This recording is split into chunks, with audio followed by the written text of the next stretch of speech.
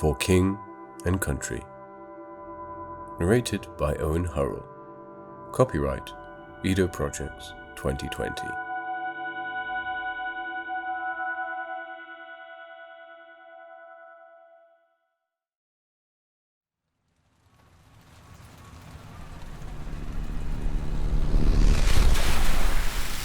Slow down, you filthy animal! Water from the gutter beams drenched Jed's trousers as the hover truck thundered past, narrowly avoiding him and his grocery-filled net bags. He leaned to assess the damage and almost keeled over the edge of the plaza's terrace before catching heavily on the handrail and knocking the wind out of himself. It was a long way down to the Royal Palace Gardens below, and he was sure he would make an awful stain on Queen Princess's soft, loamy, emerald green lawn. Or perhaps he would be caught by a gust of wind that would sail him off and away across the vast open chasms between space scrapers to decorate who knows what dark corner of the city's underbelly. He moved away from the edge of the terrace. "Hey, you right there, old fella?"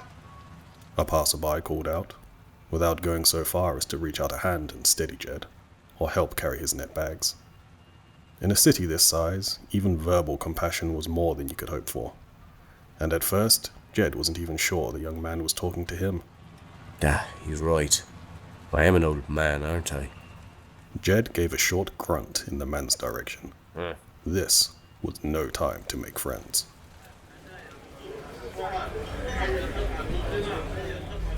Moving past the hustle and bustle of the 992nd floor, he hopped onto a passing pedestrian loop bridge that was sliding neatly by. The net bags were heavy, weighed down by Rovian peaches, Velk butter, and some glob wine, amongst other things. Just the essentials. Jed was a man of refined tastes, as it was hard not to be after a certain age. Though now that everyone lived forever, he wondered if there wasn't someone out there who only ate one single food. Would that be classed as the zenith of refined taste? Or just plain boring? Well, you liked what you liked, Jed supposed. Although he himself couldn't imagine surviving purely on peaches, no matter how delicious and succulent those of the Rovian system were. A lesser man might start snacking on the peaches now, but Jed wanted to wait until sunset for maximum enjoyment.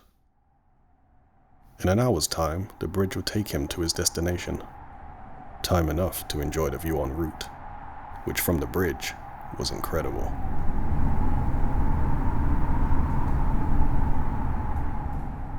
The loop bridge passed the edge of the city district and began to float free, gently gliding across the wide open spaces between one block of skyscrapers and the next, affording a wide, unobstructed view of the royal estate. The orange sphere of the Celtan system's sun hung low, casting inky shadows across bottomless, glassy ravines, creating a billion ghostly clones in the windows of the city. Loop bridges were sort of like the buses of old, if the buses of old had been mile-long, open-topped walkways, drifting slowly between space-scraping monoliths on day-long, looping routes around a circular city. One simply walked to either end and waited to hop off onto any of the broad, conveniently placed boulevards that opened out before each sprawling city complex. They weren't a fast or convenient way to travel, but they were discreet. Jed ambled along, glancing from time to time at the rolling lawns of the royal gardens.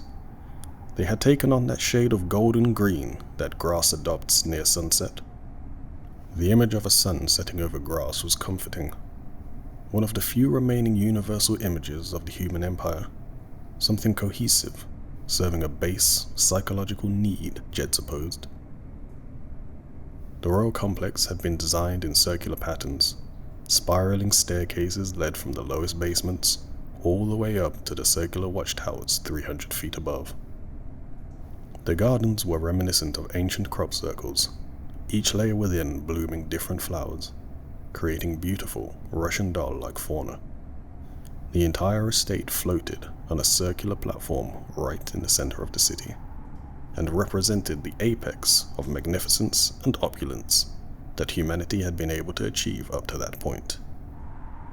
Over the centuries, the platform had to be slowly elevated to compete with the rising tide of the skyline. The colossal space scrapers, each housing millions of people, stood surrounding the palace. But their monotone greys and blocky, functional architecture served to uphold the palace's singular glory. If required, the entire platform could rise up out of the atmosphere and serve as a decadent space station of sorts.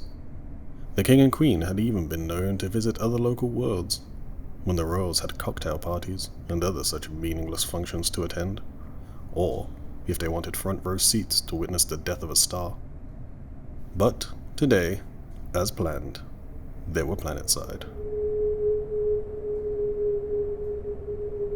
He never tired of the view of the palace, but today it had taken on a different form in his mind. Long shadows cast by the giant marble palace at their center reached like choking fingers over the gardens. A guard's walkway towered above the midsection of the bridge, shielded from the elements by glass, and supported by two opposing steel-plated columns.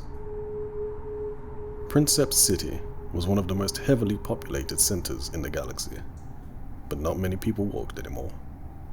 They got their daily exercise intravenously whilst they slept, and didn't see the point of wasting time. So areas like the bridge were especially sparse, even during rush hours. The guard stuck out like a sore thumb. Stood alone in the middle of the bridge, his black perspex armor contrasting and reflecting off the polished limestone. A glinting red laser was embedded in his left eye, to ensure he could scan the crowds and dig-identify any suspect quickly. He held a spear-length electrified nightstick that could send someone to sleep for 24 hours. Jed didn't need to look at the guard to see all this. He knew what one looked like well enough, and they all looked the same. Jed began to veer off towards the right side of the bridge and stopped in front of a small door at the base of the column.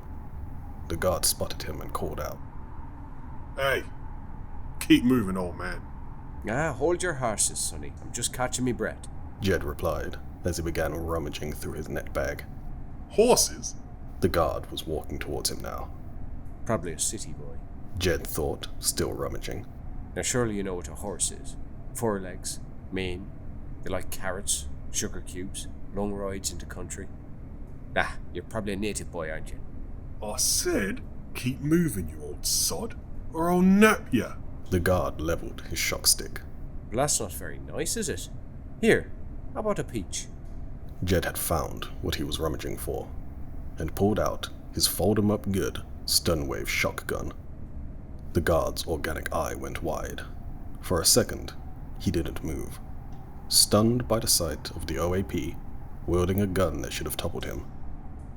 Taking advantage, Jed cocked the shotgun. The guard reached out a hand. Now listen. Oi, no, put it down.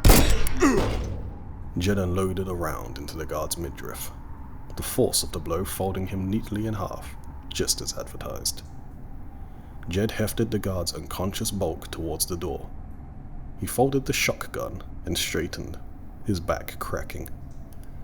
Looking up and down the bridge, he spotted a teenager on a float stick, hovering a couple of meters away. Jed dead-eyed him. You kill him? The teenager asked. Of course not. A light headache and a few sore ribs, that'll be it. Now go on, off with you. Don't tell me what to do, old-timer. Jed looked at the kid's clothes, worn and dirty. Tough street kid, are you? You gonna turn me in? The kid laughed. Hell no. I eat each and every one of those black-suited bastards. Shoot 'em all. Jed slid the shotgun back into the net bag. That's a naive point of view. What if the Teljuk Empire were to invade again, Who's going to be on the front lines protecting the families in this fine city? The guards are here to keep order. Without them, it'd be all chaos. Chaos is every day. Every time I see city guards are terrorising my neighbourhood, arresting people just trying to get by. And I suppose you think it would be better if they let the wolves that live in the lower levels tear apart these innocents instead. They're doing their job, and I, for one, am grateful for it. Is that why you shot him? Jed was quickly losing patience with the boy. He pulled out the bottle of glob wine and held it out to the teen. Here, take it. For your floaty thingbob. What? My float stick? Piss off. You think I want to walk home? I might be young, but I'm not stupid. It's a bottle of Veruvian Blue. Do you know what that is? It's a 10,000 coin bottle of wine. For God's sake, help an old man out, will you? I can't climb all these stairs. 10,000 coin? For a bottle of drink? Trying to pull a fast one, mister? Sorry, mister. I got places to be. Jed pulled the shotgun back out of the net bag and aimed it at the teenager. You're gonna make a problem here. The teenager shook his head so hard he almost snapped his neck. Jed motioned with the shotgun, and the teen hopped off the float stick. Hey, you forgot to give me the wine. Jed reached into the net bag once more and pulled out a peach, chucking it to the teen. In this world, you have to grasp a good deal when you see it, boy. The teen begrudgingly shoved the peach in his pocket and began his long walk home. Jed took some rope and a cloth out of his bag, bound the guard neck to kneecaps, opened the rusty door and heaved him into the hollow center of the column. He stood there, panting, thinking back to the centuries before, when the old man disguises he'd used to go unnoticed had been just that, disguises. Well, there's nothing for it. He thought, pushing the memories away, preferring not to think about how old he really was. He took a deep breath. I refuse to be past it yet. Craning his neck, he saw a long, winding staircase leading all the way up to the walkway, 150 feet and 433 steps away. He pulled the float stick in through the door, tied the heavy bags to it, sighed, and began to climb, guiding the floating baggage cart behind him. Time, as usual for Jed, was of the essence. He put everything he had into keeping a steady pace. The air inside the service column was thin and freezing, and a layer of frosted condensation made the staircase slippery. Strange. No matter how advanced society gets, some things never get upgraded. He kept climbing. This route was usually only used in case of emergencies. During his recon, he saw that guards simply cruised up to their posts on scoot carts. The stairs ended in a short ladder that jutted out of the wall and led up to a hatch. As Jed neared the base of the hatch, he heard frenzied commotion and voices shouting. Had they called down below and realized there was trouble? He pressed his ear to the cold steel and heard footsteps. 2 guards. He could make out words here and there. Valentine missed.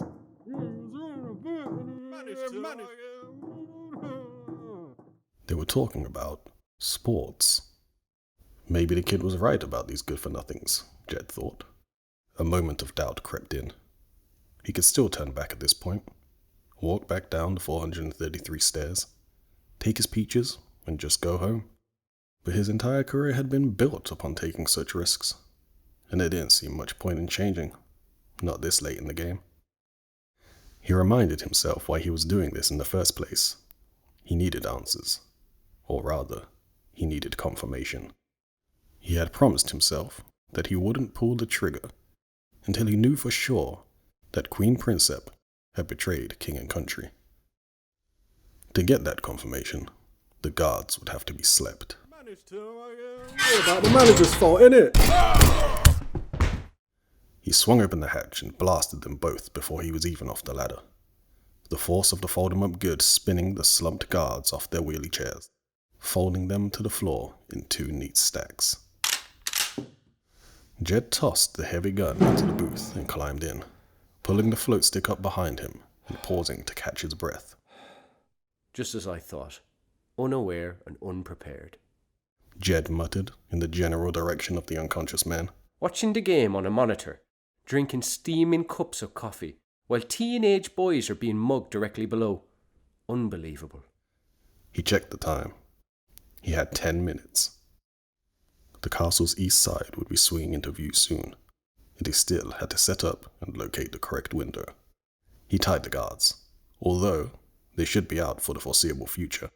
Lay 'em up good ink, guaranteed at least a 12-hour nap, or your money back.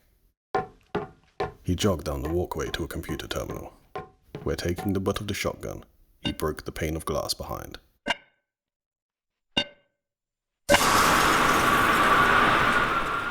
Air from within rushed out into the vast expanse, blowing him off his feet.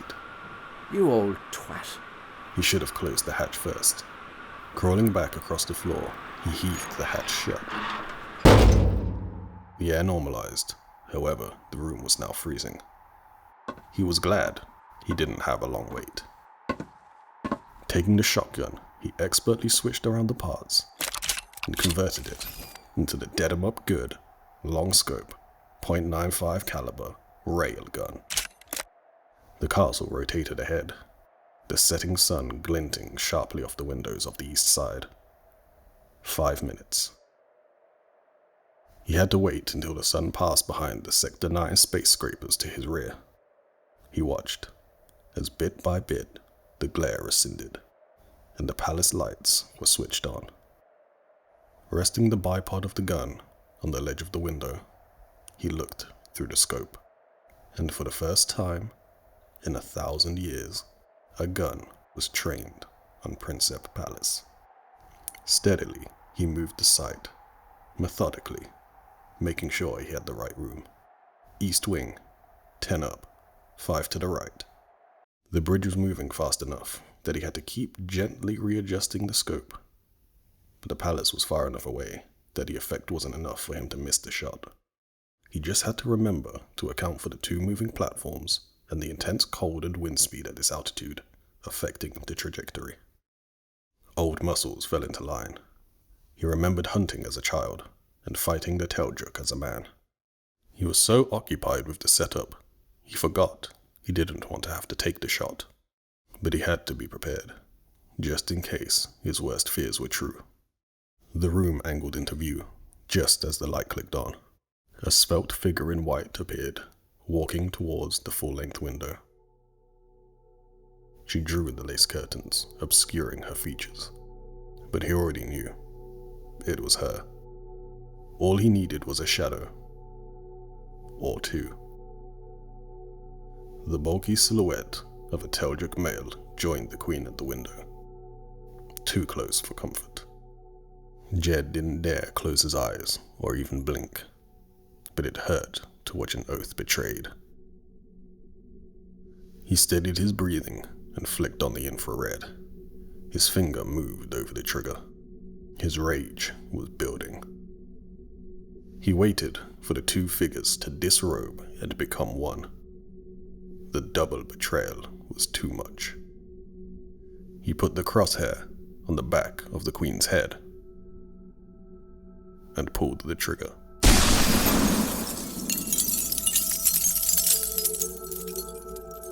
The power of the blast shattered the walkway windows, raining glass onto the loop bridge. The noise was deafening, but Jed didn't hear it. He stayed glued to the scope. For a moment, all was still. The queen and her lover were still happily entwined, a memory stuck in time.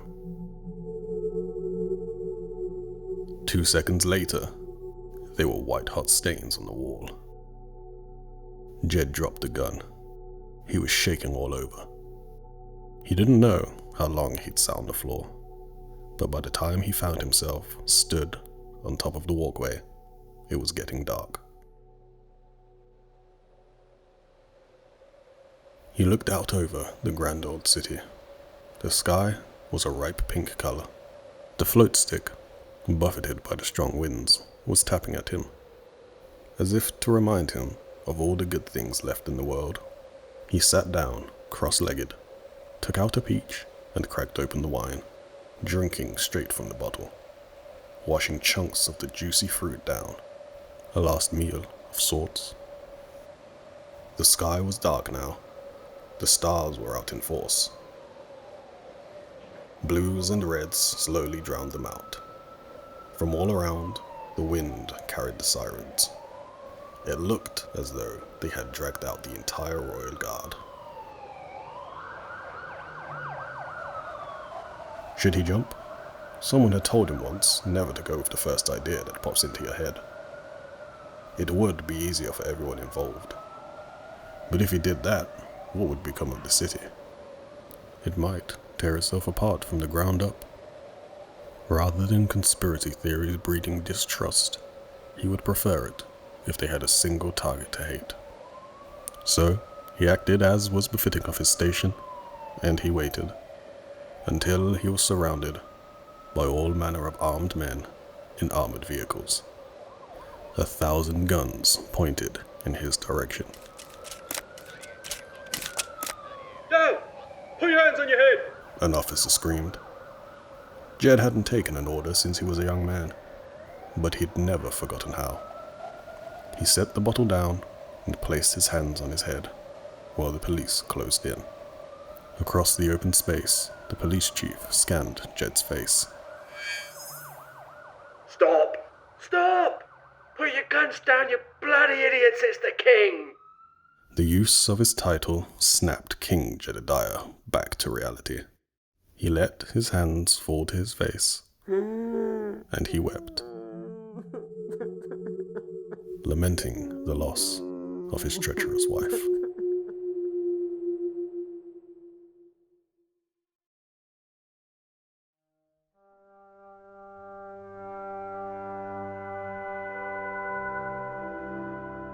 For King and Country. Narrated by Owen Hurrell. Copyright Edo Projects 2020.